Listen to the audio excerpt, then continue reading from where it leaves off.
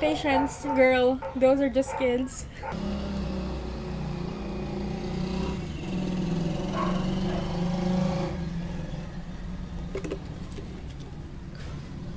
Meron pa? Buya na ba ng tao?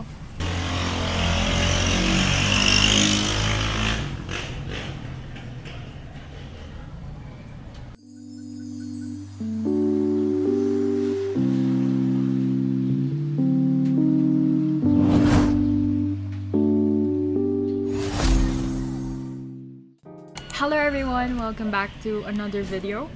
And as you can see, your girl is back home in her usual setup.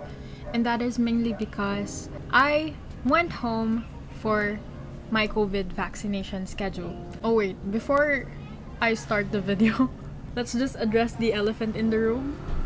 That is my hair. I'm sorry, I just tried to make an effort with my hair and ultimately failed. Dahil first time ko lang gumamit nung ganong curling wand. And the next thing pala is, if you guys hear dogs barking, motorcycles, tricycle, and other sounds from the neighborhood, that is because nandito na nga ulit ako sa Antipolo and that's the main issue I have here. So with those things out of the way, let's move on to the video. Today's video is basically a story time / just telling you guys about my experience on getting the first dose of the COVID vaccine. Going back earlier this year, back in February, our local government actually announced an online registration for a QR code that is generated through their website, wherein makakakuha ka ng QR code na gagamitin mo sa shops, sa market, sa mall, para mapadali basically yung contact tracing ng government. Tapos pag nag-register ka doon, automatic, pwede kang mabigyan ng free COVID vaccine in case you are eligible.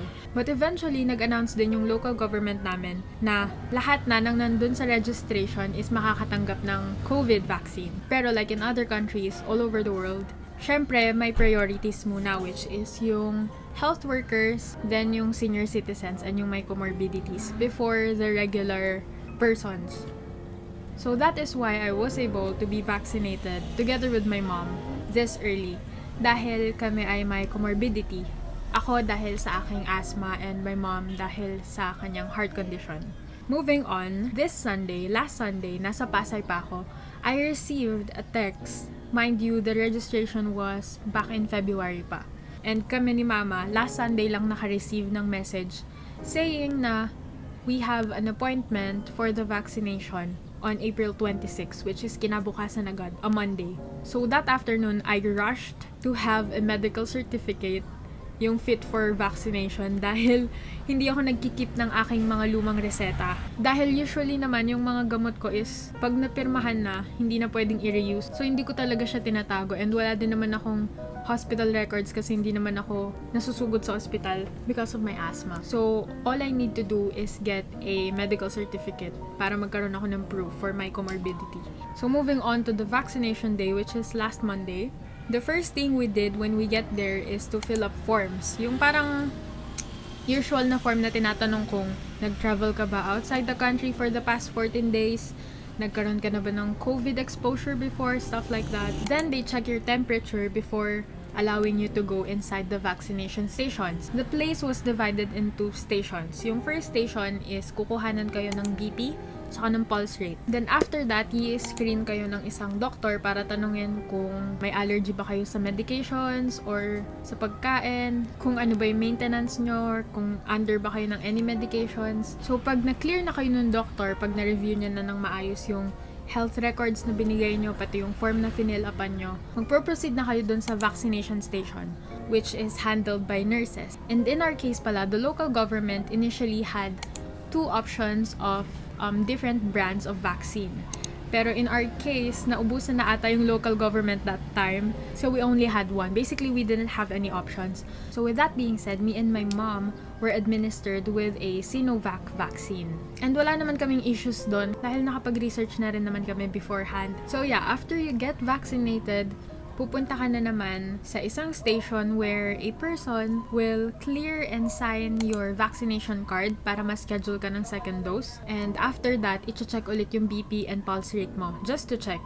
Before going home, you are actually supposed to rest for a while. Depende na rin sa reaction ng katawan mo. And if you are cleared for the third BP and pulse rate check-up, saka ka lang nila pwedeng pauwiin.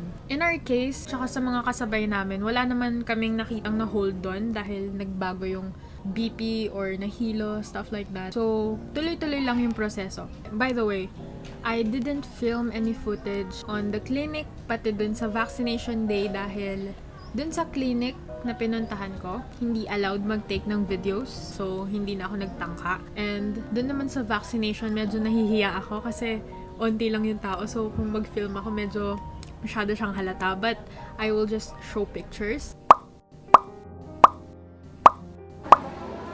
So, that is why. Anyways, moving on to the side effects that we felt. Generally, we didn't feel bad after having the first dose of the vaccine. Immediately though, after kami maturukan, naramdaman lang namin yung parang naging tender or nangalay yung part kung saan kami naturukan.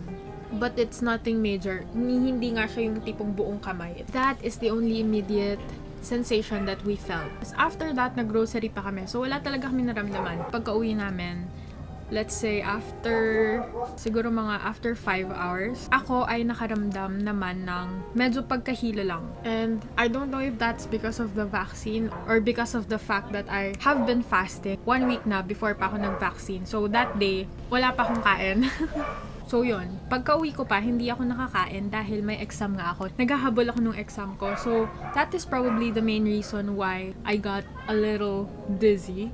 And yung mom ko naman, ang naramdaman niya is medyo, alam mo yung parang tumamlay lang siya. And nararamdaman niya yon even the next day, which is Tuesday. Other than that, wala na siyang ibang naramdaman.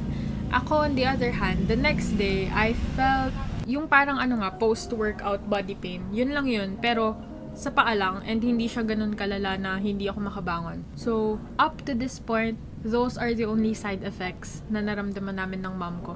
And yung ngalay nga pala ng braso, by the way, that only lasted for that night. That same night that we had the vaccine. So in conclusion, the first dose went well.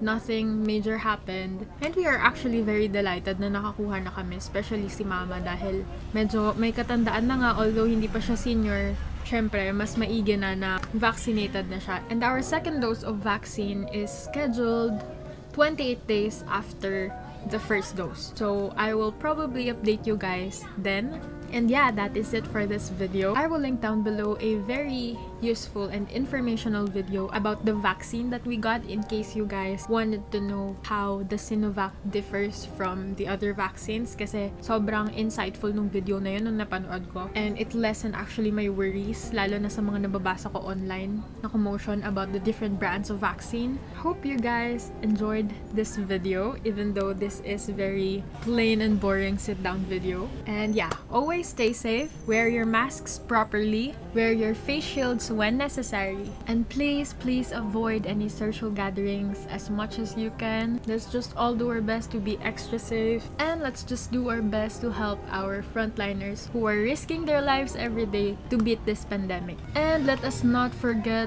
to pray for healing and to pray for our nation and pray for the whole world throughout this pandemic, especially our frontliners. And that is it for the video. See you guys on my next one. Bye!